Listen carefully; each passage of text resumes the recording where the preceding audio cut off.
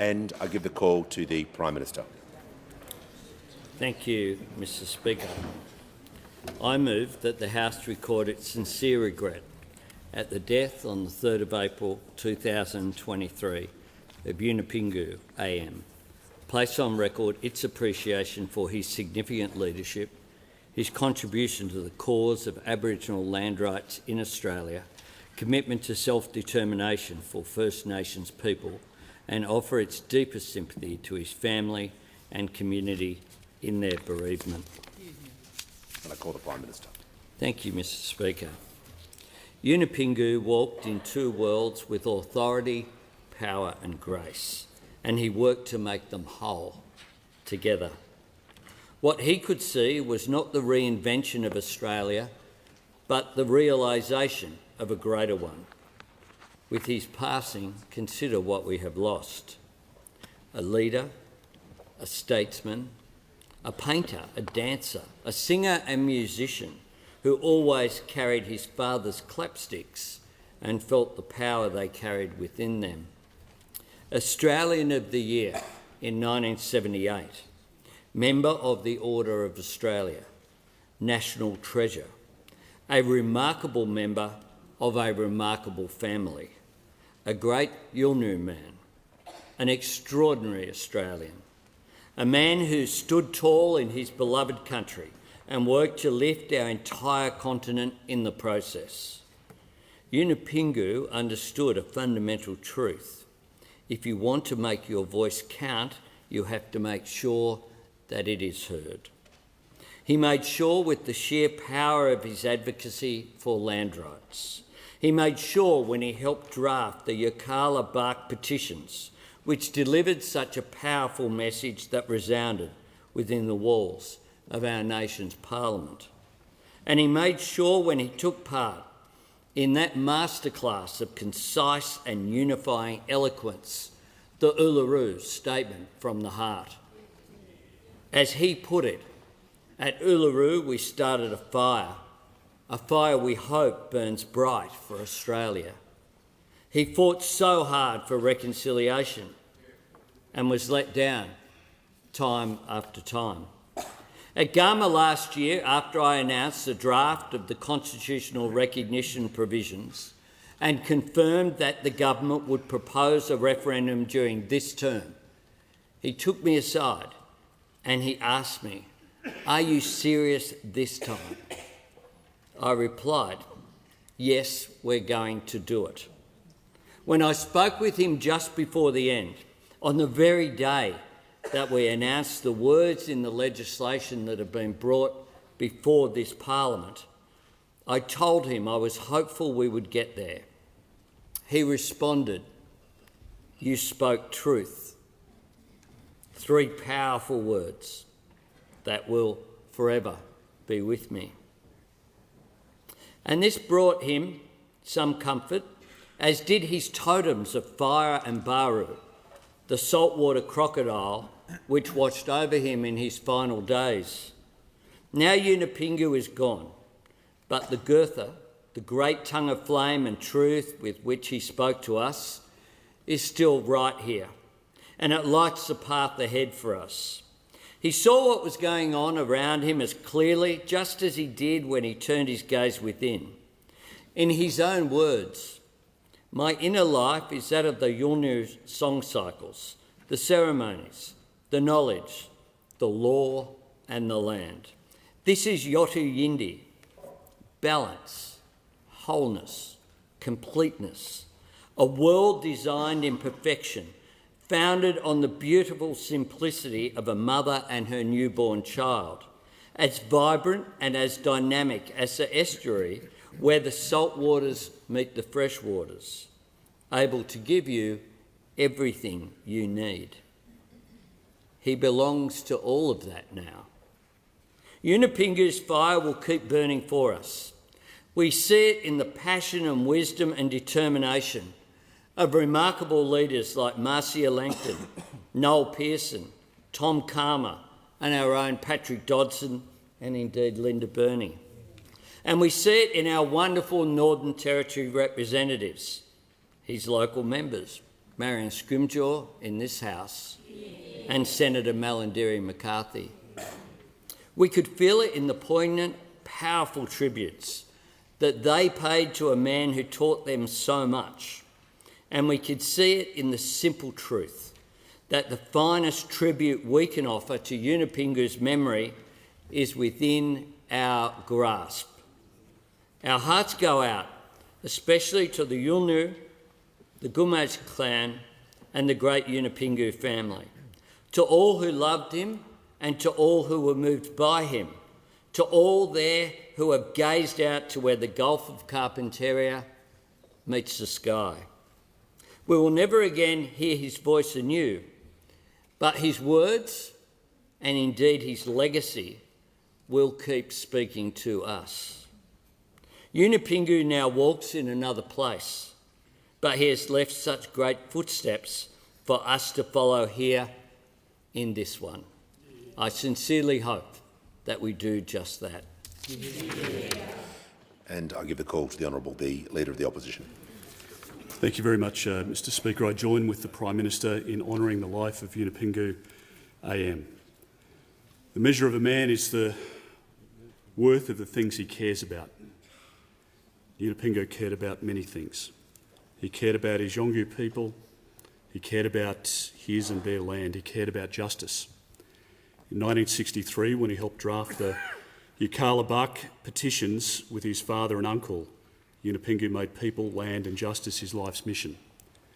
In his advocacy for advancing Aboriginal and Torres Strait Islander rights, he was a pioneer who changed our nation. Indeed, his courage and commitment made him a trailblazer who inspired many after him, and indeed many to this day. Without the Yirrkala Bark petitions, there would have been no Gove land rights case in 1971, and without that case there would have been no Aboriginal Land Rights Act in 1976. Without that act there would have been no Mabo case in 1992, and without Mabo there would have been no Native Title Act in 1993. Interviewed for the Bulletin in 1990, Yunupingu spoke strongly about his disdain for handouts, about the infantilising tendency of government, and about the need for Aboriginal communities to have greater agency.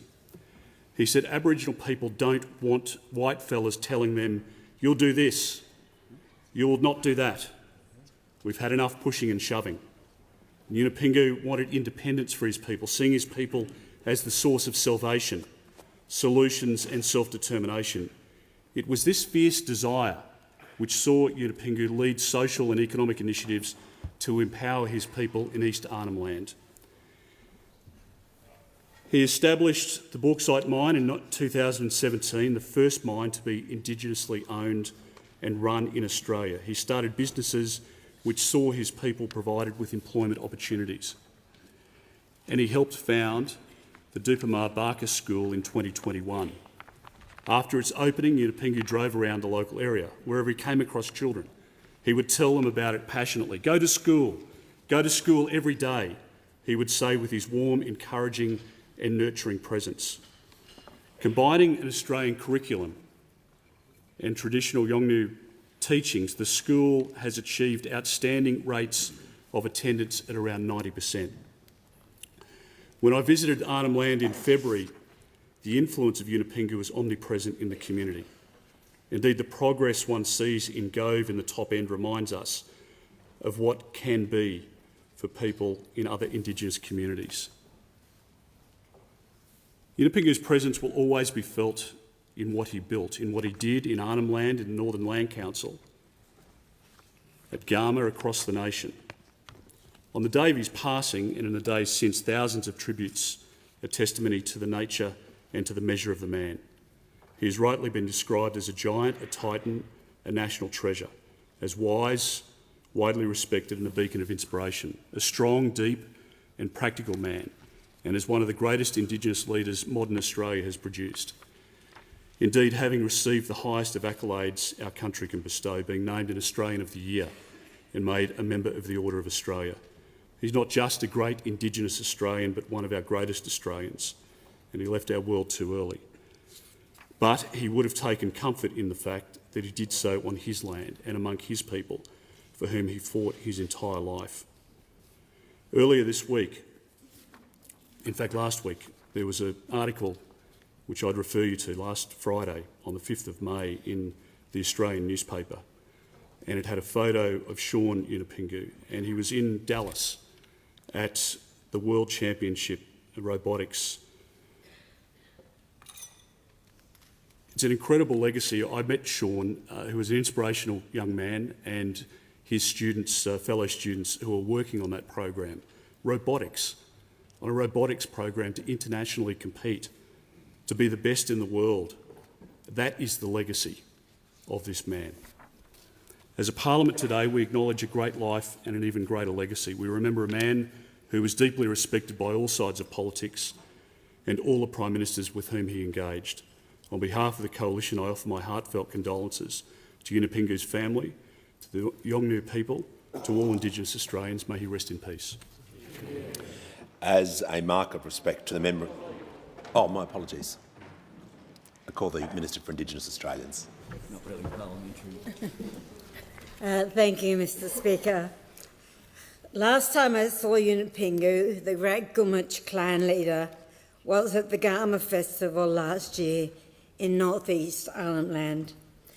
Prime Minister Albanese had just delivered a passionate speech on constitutional recognition through a voice to Parliament. And I recall the conversation that the Prime Minister just told us about between Yunupingu and the Prime Minister. He asked the Prime Minister if he was serious about constitutional recognition, and of course the Prime Minister said we were. But he had every reason to be sceptical, every reason to not trust government. Over his 74 years, Yunupingu witnessed many broken promises. He fought all his life for his people, for land rights, and for the recognition of his people. I hope it gave him some comfort in his final days to know that we have made great progress on what he often described as the most serious business in this country, reconciliation. To finally recognise the 65,000 years of shared history and continuous connection to this land by Aboriginal and Torres Strait Islander peoples. Yunupingu was an extraordinary leader, a man of fire, or Gothra, one of his sacred Gumatj clan totems, a pioneer of the Aboriginal land rights movement. At 15 in 1963, he helped draft the Yirrkala petitions. Soon after, Yunupingu was the interpreter for Justice Edward Woodward in the Aboriginal Land Rights Commissioner appointed by Whitlam in 1973, leading to the eventual recognition of Aboriginal land rights in the Northern Territory. And as both the Prime Minister and the Leader of the Opposition have said, he was made Australian of the Year way back in 1978. In 1988, he handed the Barunga Statement to then Prime Minister Hawke. This week, I took a minute to reflect in front of the Barunga Statement on display in this very Parliament. The day it was unveiled by Prime Minister Hawke, it was his last day as Prime Minister in 1991. Prime Minister Hawke stated, "Its present here calls on those who follow me that they find solutions to the abundant problems that still face Aboriginal people in this country." In 2023, the Barunga Statement, together with the Uluru Statement from the Heart, guide us like a North Star to a better future. After Garma last year, Yunupingu was appointed to the Referendum Working Group, advising government on the way forward ahead of the referendum. This was our chance for recognition that has eluded us since 1788. At times, Yunupingu was very unwell during these important meetings, but he remained engaged and informed of our progress. Above all, his leadership, wisdom and work over so many decades lit a fire within us all. In Aboriginal culture, life is not linear, it's circular. And whilst you could see and hear Yunupingu, you could also feel him. Next week I'll be travelling with the Prime Minister to North East Arnhem Land, where Yunupingu was born, lived all his life and where he died, to say goodbye to a giant of our times, a giant for all time. His legacy to us as a nation was a life of truth-telling, of makarara, a coming together after a struggle of healing the divisions of the past, of passionate belief in his people and in the Australian people. And we as a nation can give to him a successful referendum on constitutional recognition later this year. As a mark of respect in the memory of Yunupingu, I ask all present to rise in their places.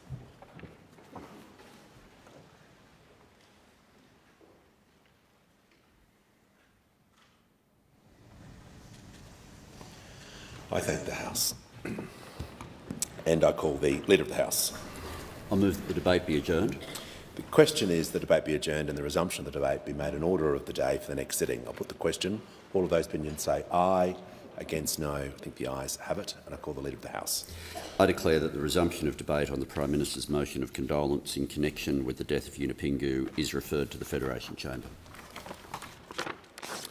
I call the Prime Minister. Thanks, Mr Speaker. I inform the House that the Attorney-General will be absent from question time today and tomorrow, and the Minister for Communications will answer questions on his behalf.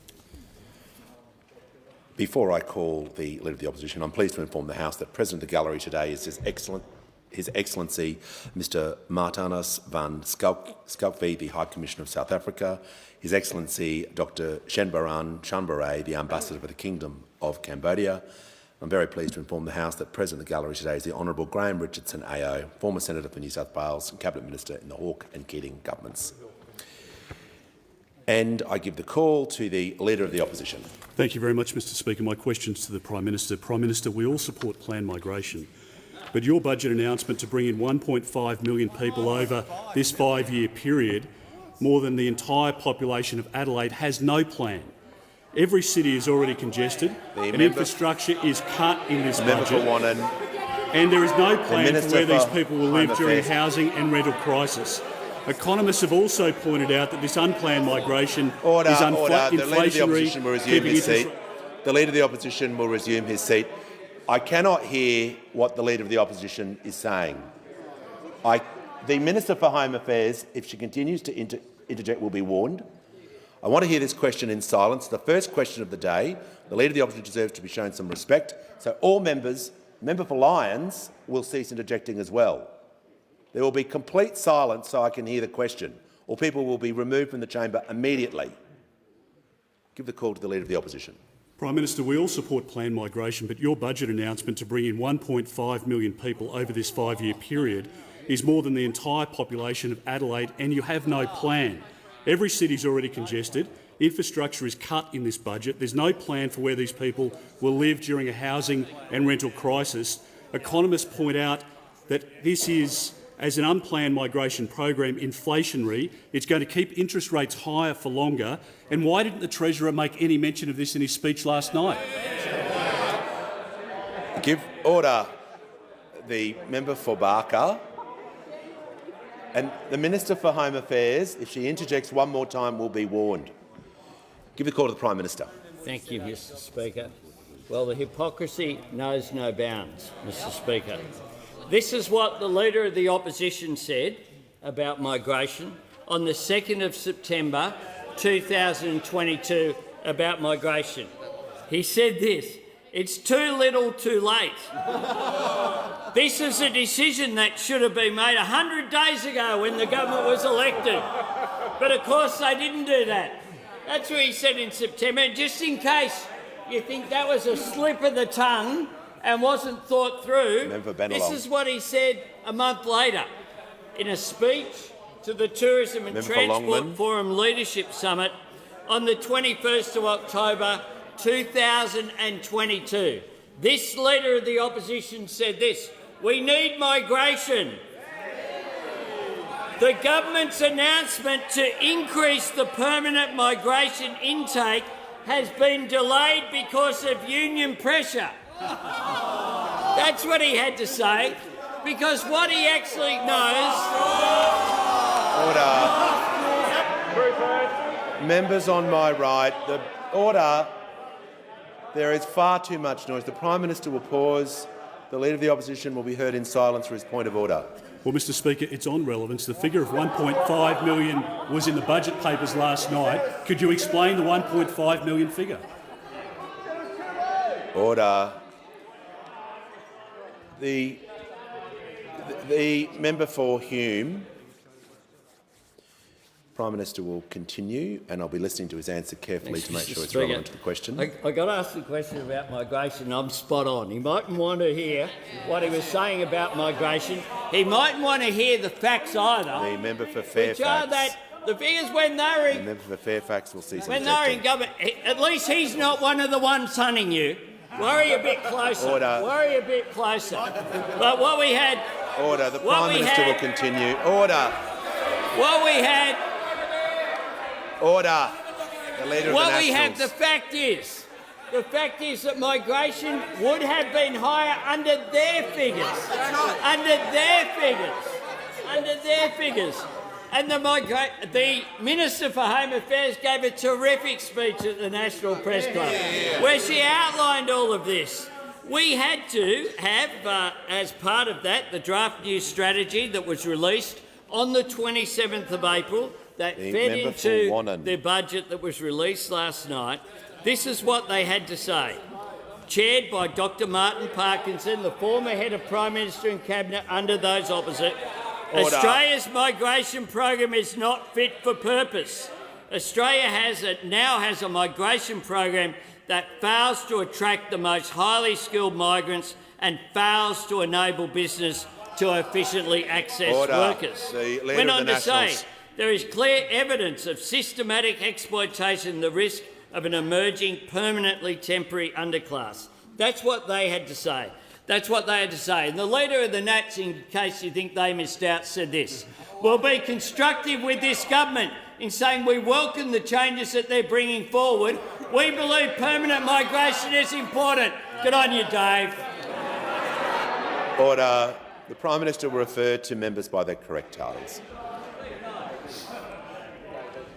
Order. I want to hear from the member for Dunkley. Thank you, Speaker. My question is to the Treasurer. What does the Albanese Labor government's budget do to address immediate challenges and to set Australia up for the future? Give the call to the Treasurer. Thanks very much, Mr Speaker. Thanks to the member for Dunkley for her input into the budget that we were proud to hand down last night here in the House of Representatives. The budget that we handed down last night was handed down in the service of our immediate priorities and also our generational responsibilities. It was a responsible budget which was all about helping people now get through a tough period at the same time as we invest in opportunities for the future. And it had 5 parts. The budget that we handed down last night had 5 important parts. The first one was to provide responsible cost of living relief provided to the most vulnerable, targeted towards the most vulnerable in a way that didn't add to inflationary pressures in the economy. Carefully designed so that it would take some of the sting out of these cost of living pressures without making inflation worse in our economy. The second part of the budget that we handed down last night were historic, game-changing investments to strengthen Medicare, including the tripling of the bulk billing incentive. All of us are aware in our own communities how hard it is to find a bulk billing doctor, and the steps that we took last night as a government to invest substantially in addressing that problem. The third part of the budget, Mr Speaker, were our plans to invest in growth and to lay the foundations for the future economy, with a particular focus on the vast and immense industrial and economic opportunities of the clean energy transformation, as well as how that opportunity interacts with what we need to do when it comes to technology and industry and small business as well.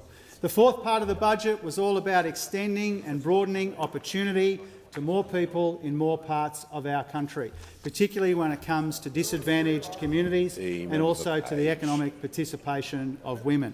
And I shout out my colleague, the Minister for Finance, for her work on that.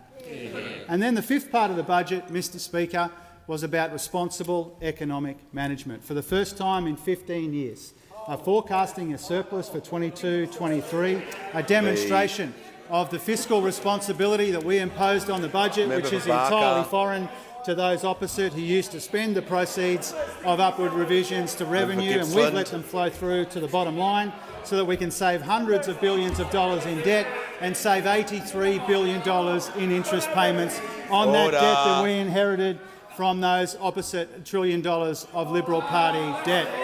And so the point that we are making, Mr Speaker, as we invest in the cost of living pressures, as we make, we strengthen Medicare, we strengthen our economy, we invest in making our economy more equal, the most important thing that we can build all of that on is the foundations of a more responsible budget.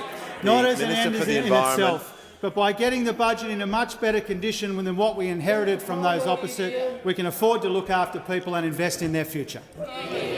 Give the call to the member for Hume. Thank you, Mr Speaker. My question is to the Treasurer. Mr Speaker, economist Chris Richardson said of the budget, "I had thought the Reserve Bank was done and dusted, but this has notably raised the chance that they will do another swing of the baseball bat." Why has the Treasurer brought down a budget which makes inflation worse? I give the call. Order. There is far too much noise on my left. If this continues, a general warning will be issued. The Treasurer has the call.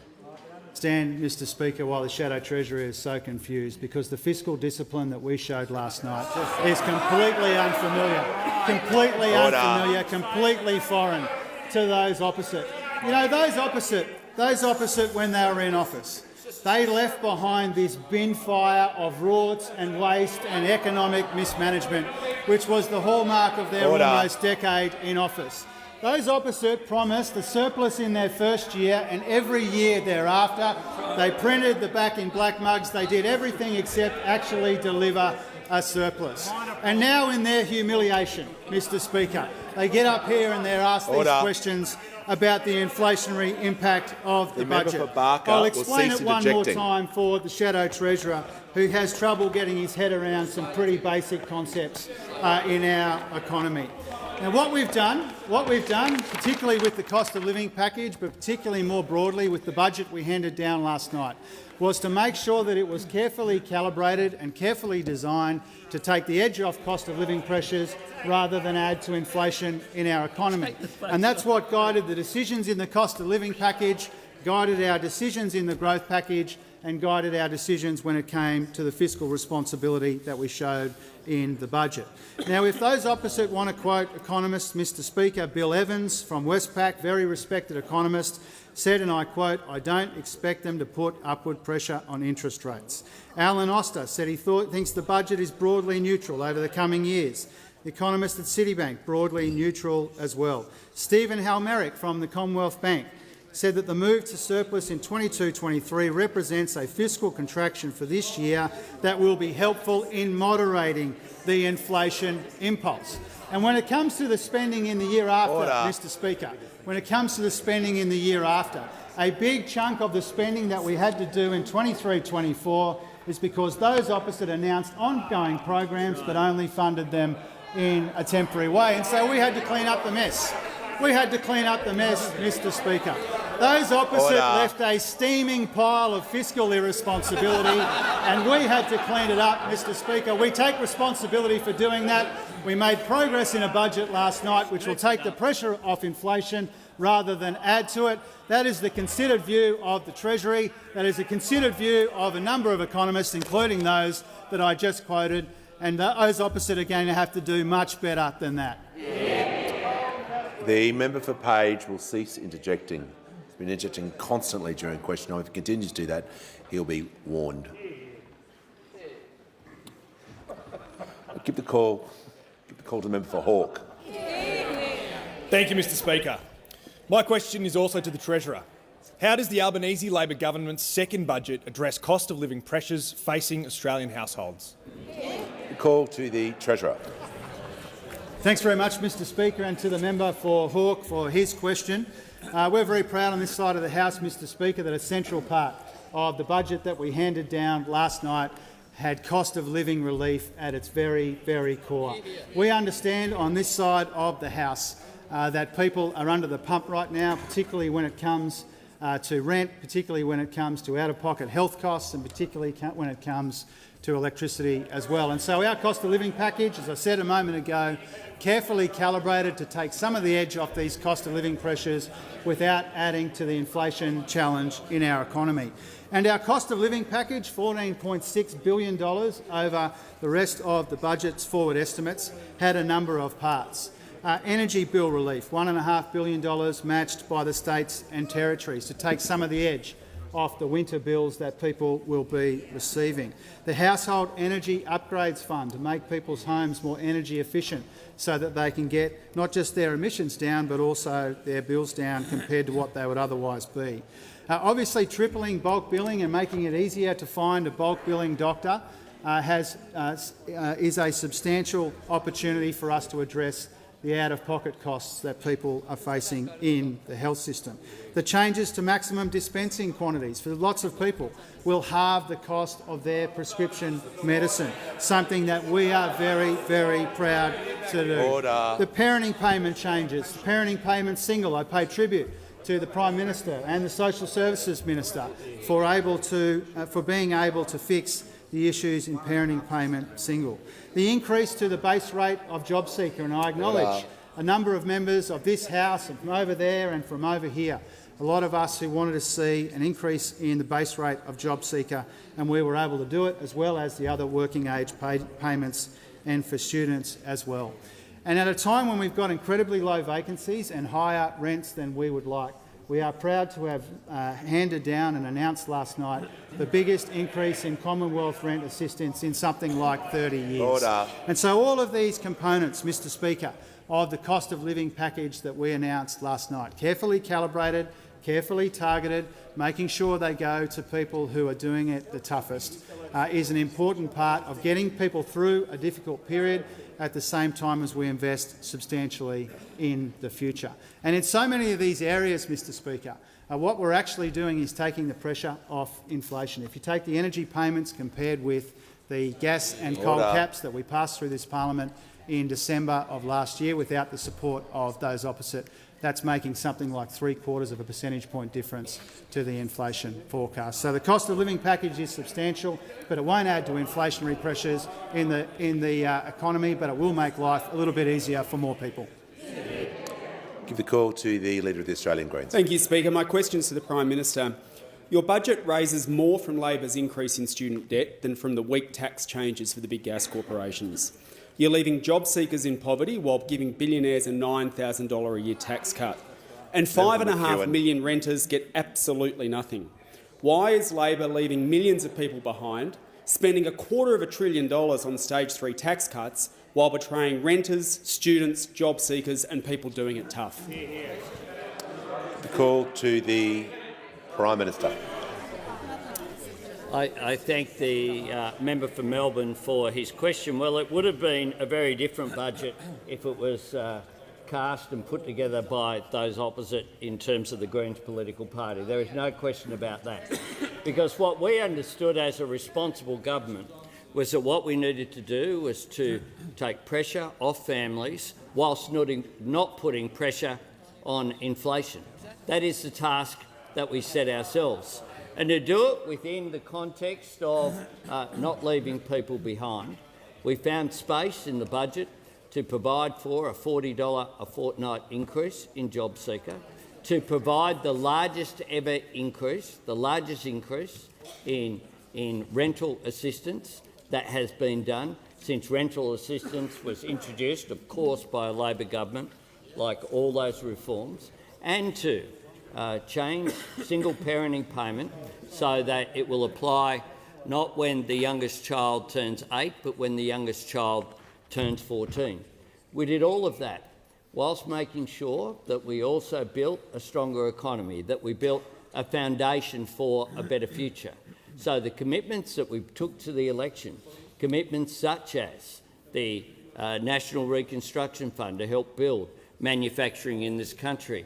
On climate, not just consolidating the measures that we had introduced and called for before the election and legislated and put in our October budget, but last night's announcement of $2 billion for hydrogen to create a green hydrogen industry in this country, one that can see Australia producing green aluminium, green steel, creating jobs in places like Wollongong and Whyalla and central Queensland, making sure that we can produce batteries here. We have everything that goes into a solar panel, everything that goes into a battery for an electric vehicle, but what we don't have is manufacturing on any scale here.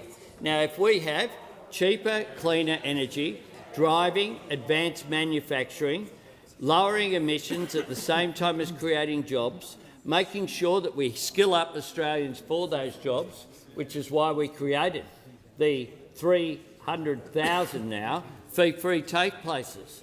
That's our vision for the country, responsibly moving it forward whilst understanding that inflation has a much higher impact the poorer you are, which is why we have to be responsible. We make no apologies for targeting inflation as a major economic priority that we had to deal with in the budget. And that's before we go to the considerable support that we have for Medicare and health in the budget as well. Has concluded. The call to the member for Tangney. Thank you, Mr. Speaker. My question is to the Minister for Health. How is the budget making it easier for Australians to see a bulk bill doctor, and why it is needed? Thank you. Give a call to the Minister for Health and Aged Care. Well, thanks, Mr. Speaker, and thanks to the terrific member for Tangi who worked so hard in the last election, campaigning on our promise to strengthen Medicare and to make it easier and cheaper to see a doctor. Last night's budget delivers more than $6 billion in new investments to strengthen Medicare, as well as an indexation boost to Medicare rebates of $1.5 billion, which will deliver the biggest across-the-board increase to Medicare rebates since Paul Keating was Prime Minister 30 years ago. But for Labor members, Mr. Speaker, the beating heart of Medicare is bulk billing. And I say Labor members because all of those opposite saw fit to elect as their leader a man who is, in his first budget as Health Minister, tried to end bulk billing for every single Australian forever and a day. And when that failed, Mr. Speaker, the 6-year-long freeze to Medicare. Order. Members on my right will cease interjecting. The Minister for Climate Change and Energy will cease interjecting, so I can hear from the Manager of Opposition Business. Order. Well, on relevance, Mr. Speaker, this minister unfortunately is a serial offender. He needs to stick to the terms of the question and avoid gratuitous personal attacks. The question was about government making it easier for Australians to see a bulk billing doctor. I'm going to ask the Minister to return to the question. I was asked why it was needed, Mr. Speaker, and the 6-year-long Medicare rebate squeezed general practice finances and has seen bulk billing rates drop sharply. And that's why the centrepiece of last night's Strengthening Medicare package was a $3.5 billion initiative to triple the bulk billing incentive for GP visits, reviving that beating heart of Medicare. In the cities, Mr. Speaker, this increases the total rebate for a standard GP consult by more than a third, and the increases are even higher in rural and regional Australia. In Bega, in the member for Eden Monero's electorate, for example, that bulk billed rebate will increase by half from $50 to $75. In Longreach, in the electorate of the Leader for Nationals Party, the rebate rises from $52 to more than $80, an increase of 55%. That's why the College of GPs have described this package as a game changer for general practice, Mr. Speaker, a game changer for millions of mums and dads who want the confidence of knowing that when their kids get sick, they can go to a bulk billing doctor. a game changer for millions of Leader of the pensioners and Nationals seniors health continues card to and other interject. Will be concession warned. card holders who depend upon bulk billing. And importantly, Mr Speaker, a game changer for tens of thousands of general practitioners who know now they have a government in Canberra who trusts them, who values them and respects the work they do as the backbone of our broader healthcare system. Mr Speaker, tripling the bulk billing incentive, delivering the biggest across-the-board increase to Medicare rebates in 30 years, delivering 58 bulk-billed urgent care services over the course of this year. That is Labor's commitment to strengthening Medicare. The call to the Honourable the Deputy Leader of the Opposition. My question is to the Prime Minister. Charlie's Fine Foods is a much-loved bakery bordering the Goldstein electorate. This morning, co-owner Ken Marlab said, "Sadly, there wasn't much in the budget for us. Order. I think the government missed an opportunity to help us. There is virtually nothing that stimulates better productivity. There's not a piece of machinery in here for the instant asset write-off. I certainly don't think it's good for my business." End quote. Prime Minister, why does this budget leave so many Australians behind? Order. Give the member for Barker and the member for Deakin will cease interjecting. So will the Treasurer and the Minister for Infrastructure. Give the call to the Prime Minister. I thank the Deputy Leader of the Opposition for that question. Yes, because I must say, credit where credit's due. To be able to say there's too much and too little in the budget at the same time in one question is quite extraordinary. Well, the truth is that there is measures, including, of course, support for small business, encouragement of them to spend money on their business, tax incentives there in the budget last night. But we know that whatever was in there, those opposite would say no, because that is the approach they take to politics across the board, which is one of the reasons why the Deputy Leader of the Opposition got to ask a question about the Goldstein electorate, because the member for Goldstein is sitting up there, because they've rejected the negative politics of those opposite after 9 years of not being able to advance Australia's national interests. Australians turned to a government that was prepared to make investments in a better future. That's precisely what we have done last night, whether it be the Medicare changes, including for bulk billing, that the Minister for Health was just talking about, whether it be the support for small business Deputy Leader of the that is there in the budget, in their budget last night, whether it be the support for energy price relief that those opposite opposed. The Prime Minister will pause. And I'll hear from the Deputy Leader of the Opposition on the point of order. On relevance, Mr Speaker, the Prime Minister hasn't mentioned small business at all in his answer. Yes, resume your seat. The end part of the question was, why does the budget leave so many Australians behind? The question is broad by that last part of the question. The Prime Minister has, from my count, mentioned small business at least twice. Order. I'm going to ask him to return to the question. I ask the Prime Minister to return to the question. Those opposite, of course, voted against, including the Deputy Leader of the Opposition, voted against the Deputy Leader of the Opposition will relief. just cease interjecting. Energy bill relief. Remember that last December? But this morning on ABC News Breakfast, the Leader of the Opposition said this when asked, "You support the energy relief payments?" The Leader of the Opposition said, "We support those payments to families in the way in which the government has proposed them." Well, why did you vote against them? Why? Order. Why? To do a reprise of yesterday for the Treasurer's benefit. But the Shadow Treasurer went further last night. He got asked by David Spears, what about the energy bill relief? The Shadow Treasurer said, "We've been supportive of that all the way along."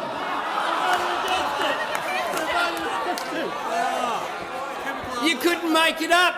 You couldn't make it up, Mr. Speaker. And then he said, as you know, we've always supported that. Order. Really? The Prime Minister's time has concluded.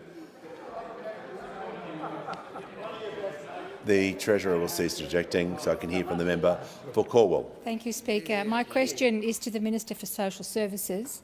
How does the Albanese Labor government's budget strengthen Australia's social security safety net? Give the call to the Minister for Social Services. Well, thank you, Speaker, and I'd like to thank the member for Caldwell for her question. And of course, like the member for Caldwell, our government understands that many Australians are doing it tough right now. And that's why we've set out through this budget a path to address some of the pressures that our families are feeling right now. And I would like to really congratulate the Treasurer for all the work he did in delivering what is a very responsible, targeted but important cost of living relief plan. Our $14.6 billion cost of living plan includes, of course, help with power bills, record investment in Medicare bulk billing, cheaper medicines, and of course, in addition, we are strengthening the safety net that so many Australians rely on. The safety net is there for when Australians need it. And so we are, through this budget, strengthening that by increasing the eligible working age and student payment rates. We're also strengthening the Commonwealth rent assistance payments and, of course, expanding the eligibility for parenting payments single. Of course, our changes will see the rates of job seeker youth allowance and other eligible working age payments rise by $40 a fortnight. This provides additional support to 1.1 million people.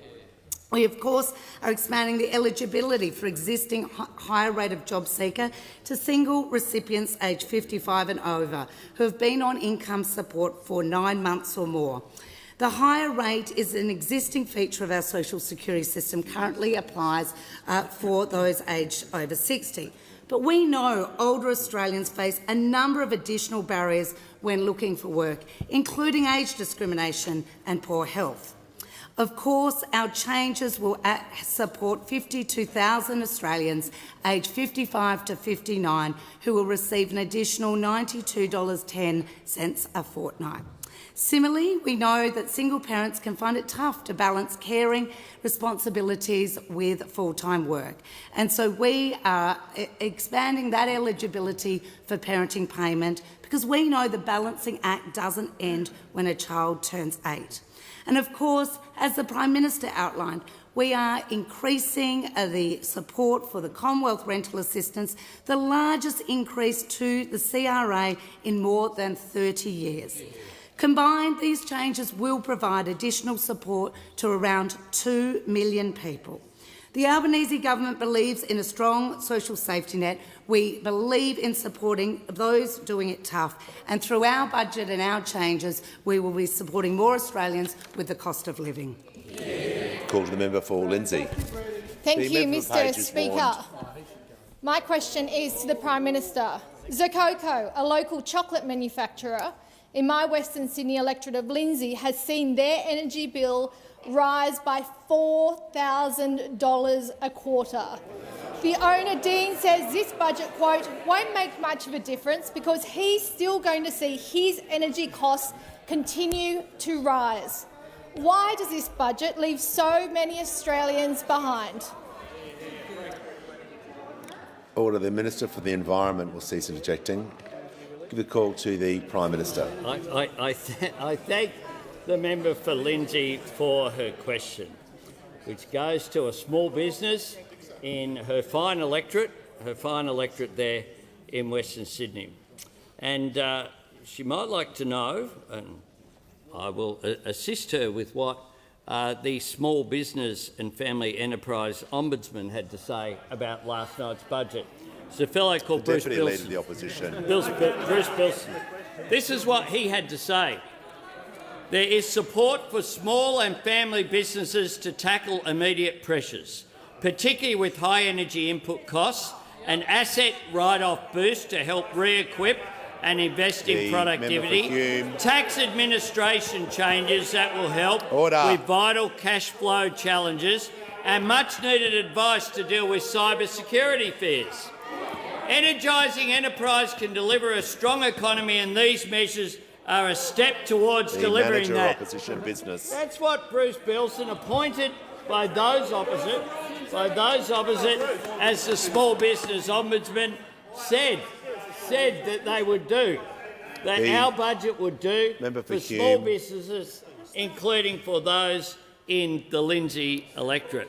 And similarly, Andrew McKellar, the Chief Executive at VACI, said this: "This budget has provided welcome breathing space for households and small businesses in the form of energy relief." But of course, those opposite would have us believe, to quote the Shadow Treasurer, that we've been supportive of energy bill relief all the way along. As you know, we've always supported that. The member for Deakin will I'm cease sure interjecting. the member for Lindsay feels the same thing, but I'm sure that she needs to explain to the small business in her electorate that she The voted member against for Deakin it, is warned. along with all of them over there. And they called the energy price relief plan, here's some of the things they called it over there: reckless, destructive, socialism, a Soviet-style policy, catastrophic, one step short of nationalisation, gas market Armageddon, a declaration of war that will be the death knell of Australia's prosperity. The member for Groom. They had to say, how's that for support? Order. Order. Members on my left will cease interjecting. The members on my right will cease interjecting. There is far too much noise in the chamber. I'm issuing a general warning. The next person that wants to try their luck will be removed. The call to the member for Macon. Thank you, Mr Speaker. My question is to the Deputy Prime Minister. How does the budget deliver on the key priorities of the Defence Strategic Review? Give the call to the Minister for Defence and the Deputy Prime Minister. Thank you, Mr Speaker, and can I thank the member for his question and acknowledge his commitment to the defence industry of South Australia. Last night's budget had a central pillar which was our nation's security, investing in the key military capabilities to keep Australians safe. A $9 billion commitment over the next 4 years to establish the pathway by which Australia will acquire a nuclear-powered submarine capability, making us just the 7th country to be able to operate these platforms and giving rise to the single biggest leap in our military capability since the end of the Second World War. And what that will do is give pause for thought for any adversary seeking to project power against Australia or our interests.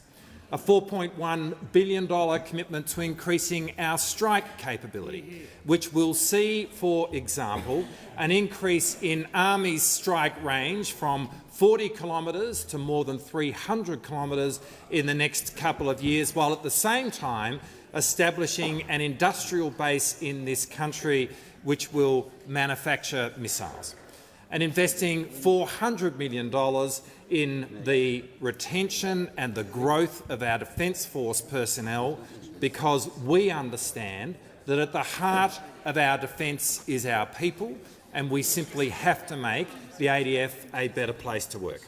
And what all of this will do is implement the AUKUS agreement and the Defence Strategic Review.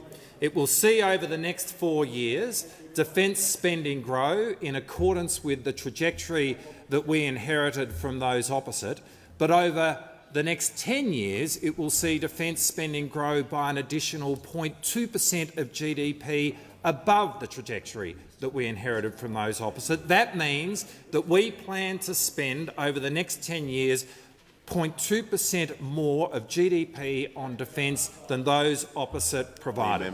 And this is not spending for spending's sake, because right now we are seeing in the world the biggest conventional military build-up since the end of the Second World War right here in our region, and that, combined with a much greater economic connection to the world, has greatly complicated our strategic circumstances. Mr Speaker, in a rational world, defence spending is a function of strategic threat and strategic complexity, and we have both in full measure.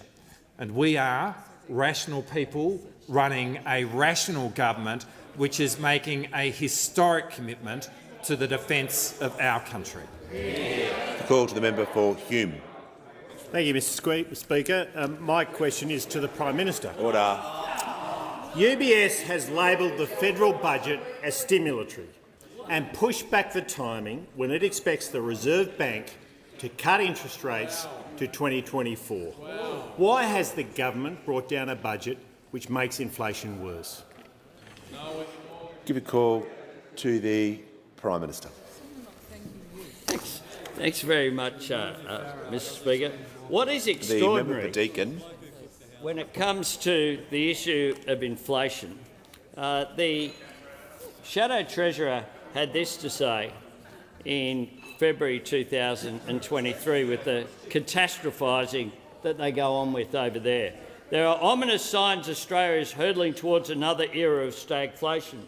And that follows the comments of the Leader of the Opposition in June 2022. Think about the timing of that.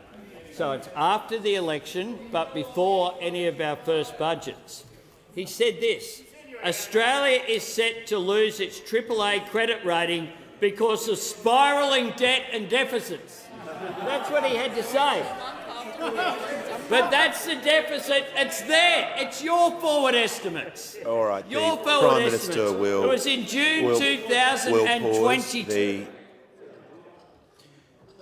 The member for Hume on a point of order. Relevance, Mr Speaker. The Prime Minister said he was going to take Resume responsibility. your seat.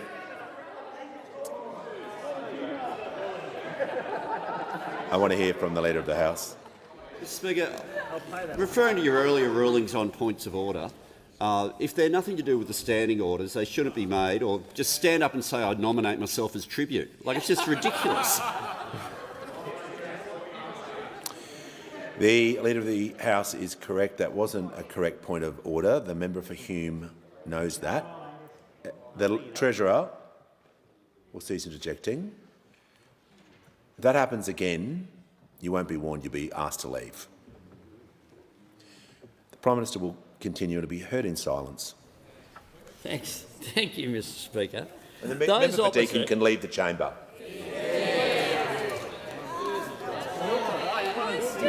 Without commentary. Thanks, Mr Speaker. The Leader of the Opposition correctly identified the spiralling debt and deficit that was there in the budget that they left. That's why he said that in June 2022, because they expected a deficit this year of some $78 billion. $78 billion. But instead what you have is a massive turnaround and a forecast surplus of $4.2 billion. And yet they stand up here and ask a question about and interject with those absurd comments after the biggest fiscal turnaround in history ever that has ever occurred. Having stood there, having stood at the dispatch box and announced on this dispatch box, Liberal Treasurers announcing the biggest deficit in history, the second biggest deficit in history, having sat here for 9 years, having promised a surplus in the first year and a surplus every year after that. They didn't deliver any. They didn't deliver any. They produced the mugs, but they were treating Australians like mugs. All they had to show for it was some empty mugs in surplus. The only surplus they had was in Josh Frydenberg's office, the mugs that they had to stop selling. The fact is that we have been responsible, and that's on top of the fact that we had to find, in addition to that, $7.5 billion in essential programs that they stopped funding in June of this year or in December of this year. Prime Minister's time has concluded. Give the call to the member for Newcastle. Thank you, Speaker. My question's to the Minister for Employment and Workplace Relations. What has the Albanese Labor government done to get wages moving? What impact has this had on the budget? And what needed to change to achieve better wage outcomes? Call to the Minister for Employment, Workplace Relations and the Minister for the Arts. Thanks very much, Mr Speaker, and I thank the member for Newcastle, someone who's always been fighting to get wages moving in her part of Australia. In the first 6 months of this government, we have had stronger wage growth than of any other period for the last 10 years. Now, why would it be over the last 10 years? What possibly needed to change in order to get wages moving? And it was the government needed to change to get wages moving. Because getting wages moving is good for the cost of living, good for working families, and it's been good for the budget. 40% of the turnaround in finances, as has been explained by the Treasurer, is caused by employment and wages outcomes. 40% of the improvements in revenue. Now, those opposite wanted to use terms like drover's dog in terms of turnaround in revenue. What's happened with wages? Their approach on wages, they were more like my rescue greyhound. They'd run around for 5 minutes in the morning and then sleep the rest of the day and do nothing on wages, because keeping wages low was a deliberate design feature. To get wages moving, it requires action from a government, which is exactly what the Albanese Labor government's done. Wages are moving because we took the position we did at the annual wage review. Wages are moving for people in aged care. There are 250,000 workers in aged care because of the action this government took and the 15% pay rise funded in the budget last night.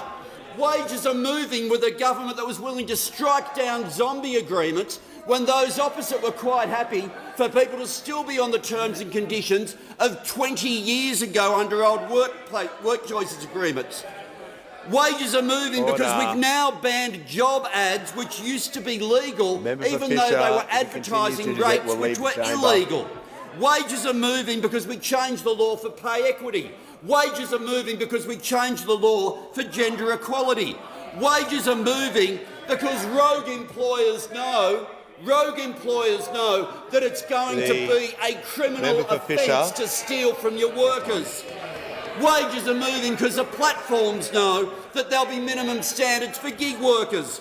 Wages are moving because getting wages moving is a deliberate design feature of this government. And for 10 years, in their words and their actions, they made sure they did everything could to keep wages low.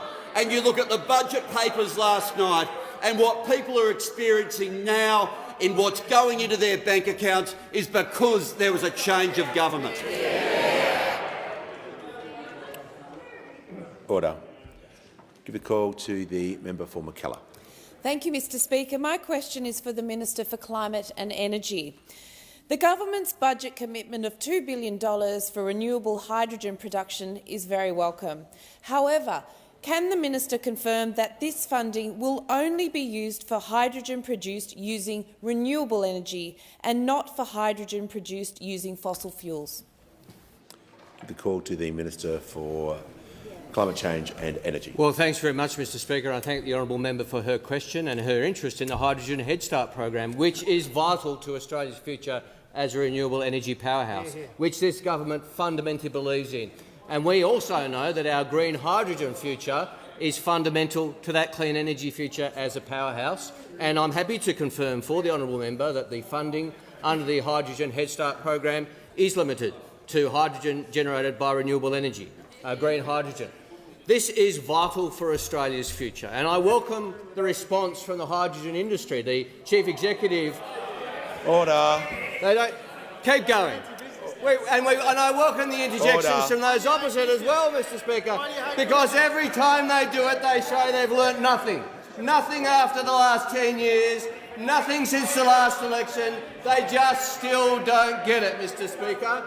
The Chief Executive of the Australian Hydrogen Council has said this is a very welcome injection, Mr Speaker. Of course, And as it happens, the World Hydrogen Summit is occurring at the moment in Holland. Just as we made this announcement, I'm advised that it has been very warmly welcomed at the World Hydrogen Summit. Now, this is so important. A few weeks ago, Mr Speaker, I released the State of Hydrogen report. It showed that Australia had the biggest potential pipeline of hydrogen investments, $300 billion. But, Mr Speaker, this was at risk, to be frank, because of policies internationally like the Inflation Reduction Act. We had to respond. And we know that the IEA has said Australia could potentially host up to a quarter of the world's hydrogen projects. Australia could host that. But again, that was at risk, so the government needed to act. Now, this is before we even get to the potential for green iron and green steel, which could unleash $65 billion by 2050, a matter that the industry minister has focused on very, very clearly, Mr Speaker. But we need the green hydrogen industry going to get the green metals industries going as well. So I'm happy to confirm for the honourable member that we are focused and limited to green hydrogen for that. I also should report to the House about our Guarantee of Origin scheme that we funded last night in the budget, $38 million, so that consumers around the world can see the carbon content of Australian hydrogen, regardless of the colour. They can see the origin and the carbon content and the antecedents of the energy which went into that hydrogen, because that is also vital for our ambitions as a hydrogen superpower. The House will come to order so I can hear from the member for Jagga Jagga. Speaker, my question is to the Minister representing the Minister for Women. How does this year's budget deliver for Australian women and put equality at the heart of the Australian government? Give the call to the Minister representing the Minister for Women. Thank you very much to the member for Jagga Jagga for the question. I know the member has been fighting for all her political life and working life for equality for women, and she knows, as this side of the House knows, that equality for women has to be at the heart of everything we do. Since coming to office, we've made significant headway, and last night's budget takes another step forward in delivering significant investment in Australia's women and investing in programs and policies that will echo long beyond this term of parliament and permanently shift the dial on women's equality. Not since the introduction of the Women's Budget Statement back in 1984 has there been such a deliberate focus on how budget decisions affect women, which we are backing up with funding and with structural reforms. From our substantial investments, including in addressing violence against women, a pay rise for aged care workers, 9 out of 10 of whom are women, modernising paid parental leave and making childcare cheaper, improving gender pay gap transparency, preventing sexual harassment at work, transforming our workplace relations frameworks to centre gender equality and reintroducing gender-responsive budgeting. We're investing $1.9 billion to extend the eligibility of the parenting payment single to single parents, the majority of whom are women with a youngest dependent child aged under 14 years. And I want to acknowledge particularly the Prime Minister and the Minister for Social Security for championing that particular measure. $2.7 billion to increase the maximum payment rate of Commonwealth rental assistance by 15% for all recipients, with single women making up the majority of the recipients of rental assistance. We're abolishing the Punishing Parents Next program from the 1st of July 2024 and replacing it with a new voluntary program that better meets and understands the needs of parents and actually sets them up for success to commence at the earliest opportunity. We're providing over $500 million in funding to support the National Plan to End Violence Against Women and Children, building on the record investment in the October budget and bringing the total investment to almost $2.3 billion to end this scourge. As I said, we're funding 15% increase to the minimum wages for aged care workers. That is a huge change for thousands and thousands of workers across this country. We're investing $26.4 million to support health and medical research focusing on women's health.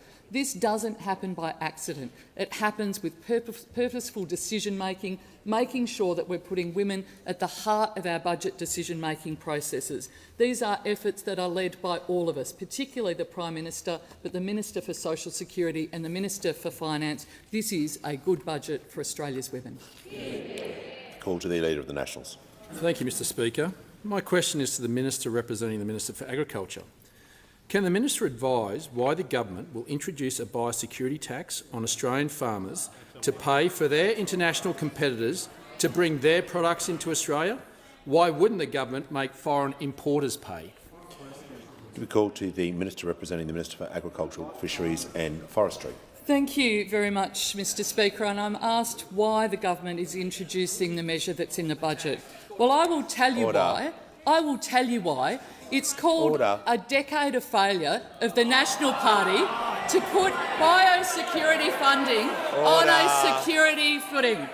A failed National Party who literally did not fund biosecurity properly. Now, what we know here in this budget is that we are investing more than $1 billion in new funding for biosecurity over 4 years from the 1st of July 2023. We know how important that is for our farmers. We also know that biosecurity is a shared responsibility. It is a shared responsibility. That $1 billion of new funding over 4 years helps with our biosecurity operations, our digital systems and Indigenous ranges. And from the 1st of July, that system is shared. It is shared by taxpayers who are putting in the bulk of funding. It's shared by importers who in fact are putting in 48% of the funding of the $1 billion, and also a small amount to producers, which we know are the major beneficiaries of making sure our biosecurity system is safe. And the reason that we have had to do this, is because those opposite failed to put our biosecurity system on a sustainable footing. What those opposite did when they were last in government, they failed to invest in permanent, ongoing biosecurity funding for the long term. We have had to fix that and clean up your mess. You failed to implement a biosecurity imports levy that you claimed would raise $325 million, but it raised $0. $0. You failed to protect taxpayers by maintaining cost recovery with a system not touched since 2015 because you would not take hard decisions to put this onto a secure footing. You failed to manage the Department of Agriculture, Fisheries and Forestry, leaving that department with a $120 million black hole. That is what you did. So concerned were you about farmers and the producers in this country that you didn't put biosecurity on a sustainable footing. You didn't make the investments that you needed to make sure that we had funding for the Department of Agriculture and Fisheries. This government continues to protect and grow the agriculture sector. We continue to grow our trade sector for our agriculture and to build the economic resilience that we know our producers absolutely need. Order. The House will come to order so I can hear from the member for Fremantle. Thank you, Speaker. My question is to the Minister for Climate Change and Energy. How will the budget change previous policies in order to address immediate energy affordability pressures and to invest in cleaner, cheaper energy for the Australian future? Call to the Minister for Climate Change and Energy. Well, thanks very much, Mr Speaker. I thank the honourable member for Fremantle for his question. I thank him for his support of our energy relief package. He knows that the best way of expressing support for our energy relief package is to vote for it, Mr Speaker, which is apparently a novel concept for those opposite who had a different way of expressing their support by voting against it. That was their preferred approach. But of course what the budget did last night is two things: provide immediate relief to Australian families and businesses and also set us up for our renewable energy future, Mr Speaker. And we provided that relief in a couple of ways. There was the energy rebates that the Treasurer negotiated with his state and territory colleagues, which provide very important support for families and for businesses, 5 million households, 1 million businesses who receive that very vital support, which of course comes on top of the relief provided by our coal and gas caps, which we put on in December. Now, these have led to either smaller increases or in some cases reductions in energy bills around the country in various states because of this government's action opposed by those opposite. But the other thing we did is a new package, the Household Energy Savings Plan last night, Mr Speaker, because we know on this side that reducing emissions and reducing bills are the same thing. We understand that. They don't get it. Every time they interject, they show they don't get it. The Australian people sent them a memo last May, but the memo was returned to sender. They just still don't understand that actually helping Australian households become more energy efficient. Member for Fairfax, if he interjects once more, will leave the chamber. The minister will continue. There'll be no loss, Mr. Speaker. But they show the Australian people that they don't understand that making households more efficient, more energy efficient, and improving energy performance is good for emissions and bills. And last night we allocated $1 billion to the Clean Energy Finance Corporation to assist households make the sorts of decisions they want to make to reduce their bills by investing in clean energy and efficiency. And what I'm particularly proud of also, Mr. Speaker, is this. I'm particularly proud of our investment last night in social housing and the energy efficiency of social housing. Much of our social housing stock is very old. Public and community housing across Australia, it's very old and it's very energy inefficient. It's very hard for those residents to keep their houses warm in winter and cooler in summer. We're going to help them, Mr. Speaker. Up to 60,000 social housing units and houses supported to make their houses more energy efficient and for them to invest in renewable energy, working in partnership with the states. We're very proud of that, because just because you live in social housing, you shouldn't miss out on the opportunities of renewable energy. You shouldn't miss out on the opportunities of making your home more efficient, which is better for your health, better for the environment and better for your bills. And under this government, you won't miss out. The call to the honourable member for Curtin. This is a question for the Prime Minister. JobSeeker is trapping people in poverty. The Economic Inclusion Advisory Committee found it inadequate on every measure and recommended returning JobSeeker to its previous level at 90% of the age pension. This has been backed by business, community, academics and politicians from across the floor. That would be a $19 a day increase, but the budget only found funding for $3 a day. If we care about giving people a fair go in Australia, how can this be enough? Give the call to the Prime Minister. I thank the member for Curtin for his question. The budget that we brought down last night I'm proud of, because it does provide that strong foundation that we need going forward, taking pressure off families, targeted the most vulnerable, whilst not adding to inflationary pressure. That's the task that we set ourselves as an expenditure review committee. That was led by the Treasurer and the Finance Minister. And one of the things that I said during the election campaign when I was asked about JobSeeker was that Labor is the party that will always look after the disadvantaged. We will do more when we can. And last night we did. But we didn't just do JobSeeker. We did rental assistance. We did single parenting payment. We, as a result of our energy price relief plan, some 5 million Australians will pay less on their power bills, up to $500 less on their power bills. As a result of our childcare plan, more than 1 million families will pay less for childcare. As a result of our Medicare plan, 11 million Australians will pay less to see a doctor. We put $3.5 billion into making sure that Medicare is strengthened.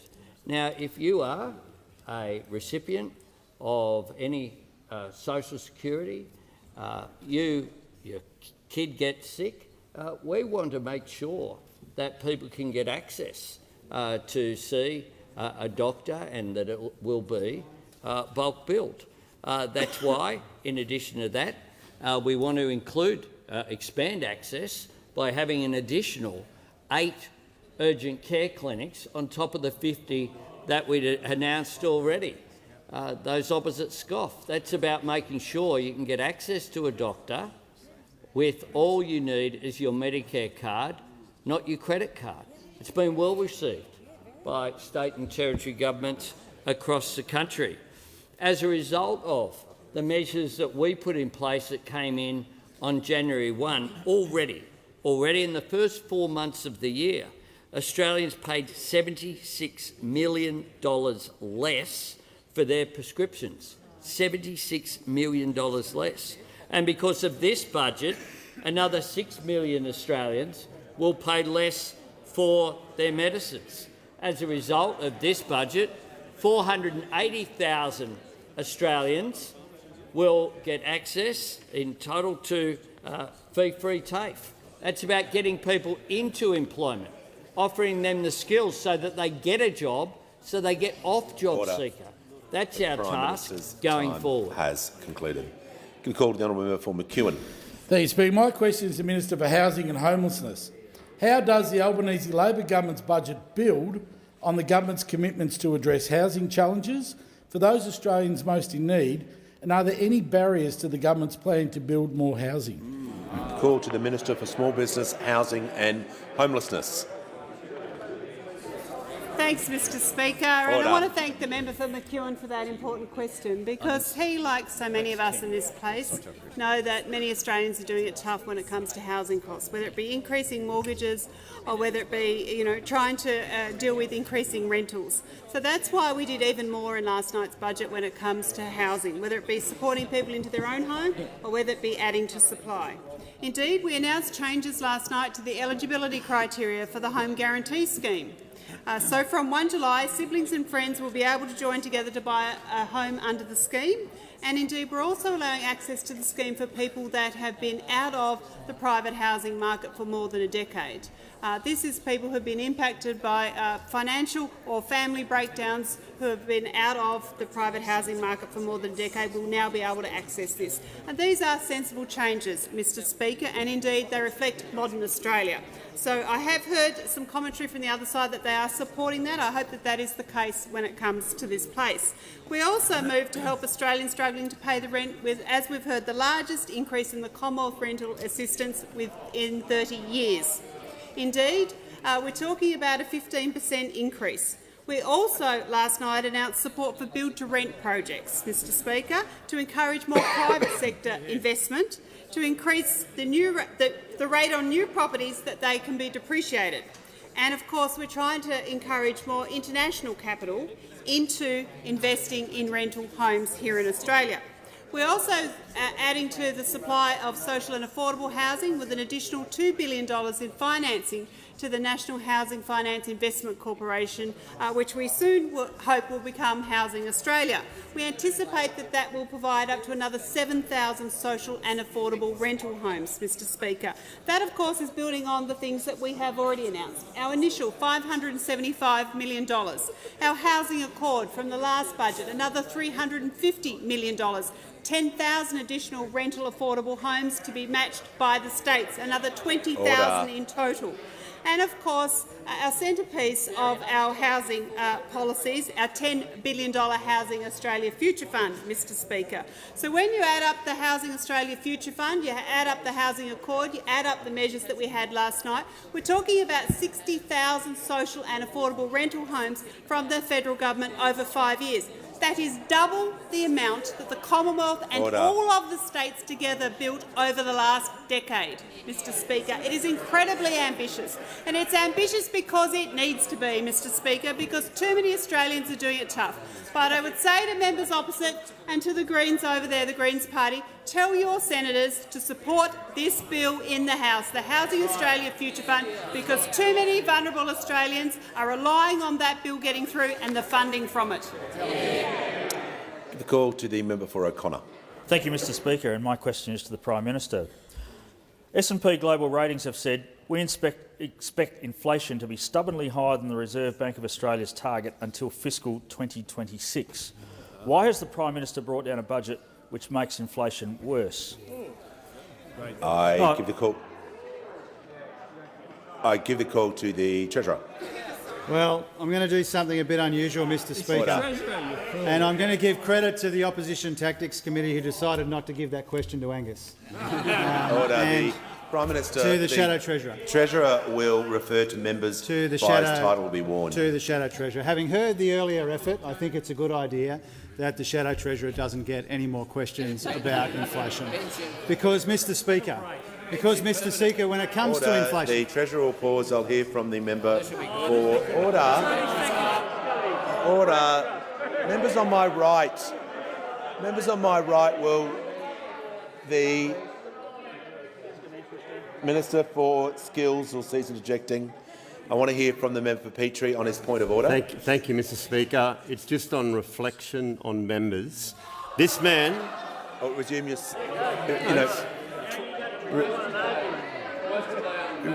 resume your seat. Yeah.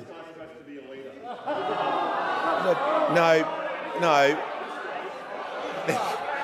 The Treasurer will resume his seat. The member for Petrie knows that's not a proper use of standing orders. You want the call again? No. Resume your seat, and you will leave the chamber. You will leave the chamber. That is not an appropriate way to conduct a point of order.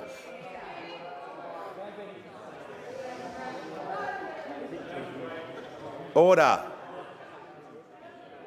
The House will come to order. I want to hear from the Treasurer in silence who's been asked a question. The person who's asked the question deserves an answer, and I'll call the Treasurer. Thank you, Mr. Speaker.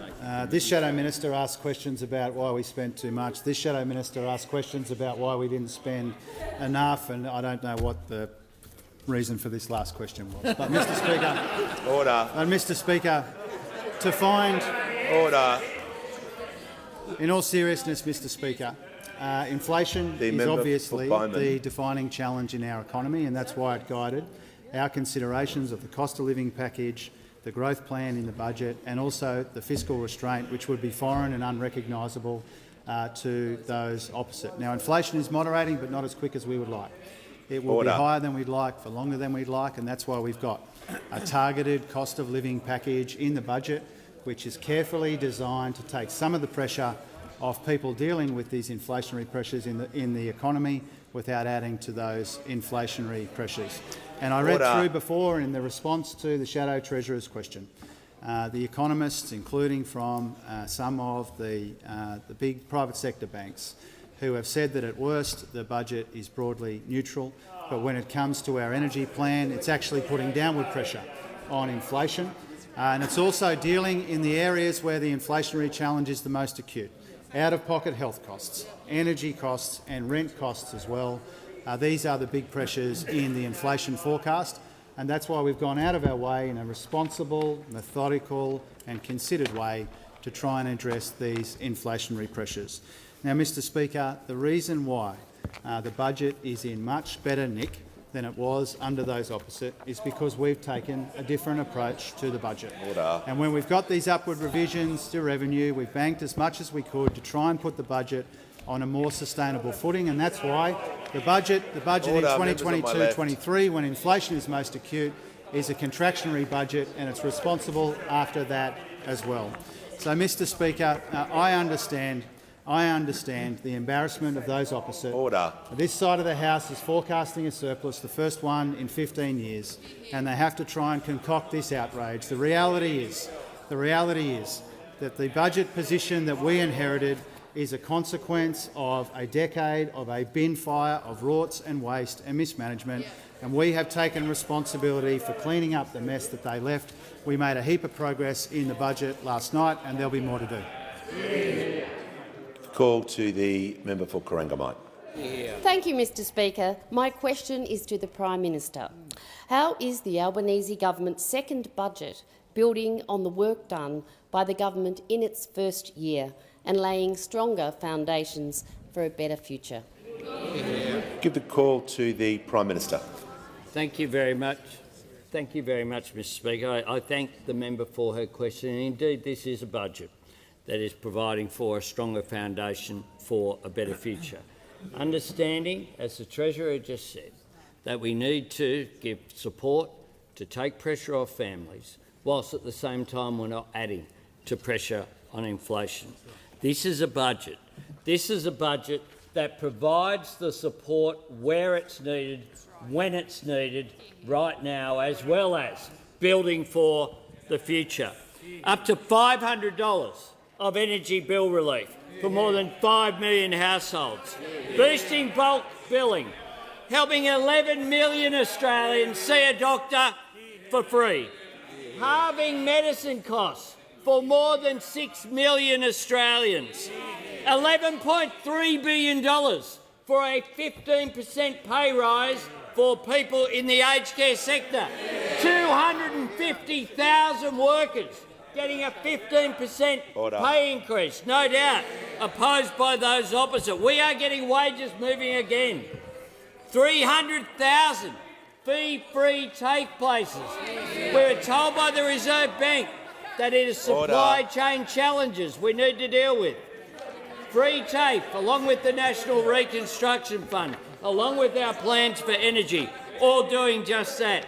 The increases in JobSeeker of $40 a fortnight, expanding the single parenting payment, boosting rent assistance, investing in affordable and social housing, investing to prevent family and domestic violence, investing over $40 billion to make Australia a renewable energy superpower, investing in advanced manufacturing, critical minerals and the digital economy, a fund to help households and small business become more energy efficient, therefore reducing bills, supporting the instant asset write-off to assist small business.